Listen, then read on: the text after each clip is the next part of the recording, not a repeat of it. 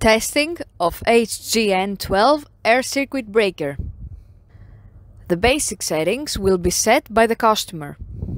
For testing, we add the 220 volt AC power supply. At first, we trip the air circuit breaker manually.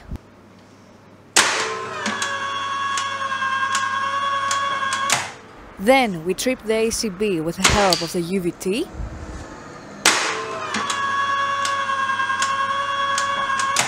Afterwards, we perform a short time delay test and we see that the air circuit breaker trips almost instantly. Lastly, we perform a long time delay test and after about 15 seconds, the ACB trips.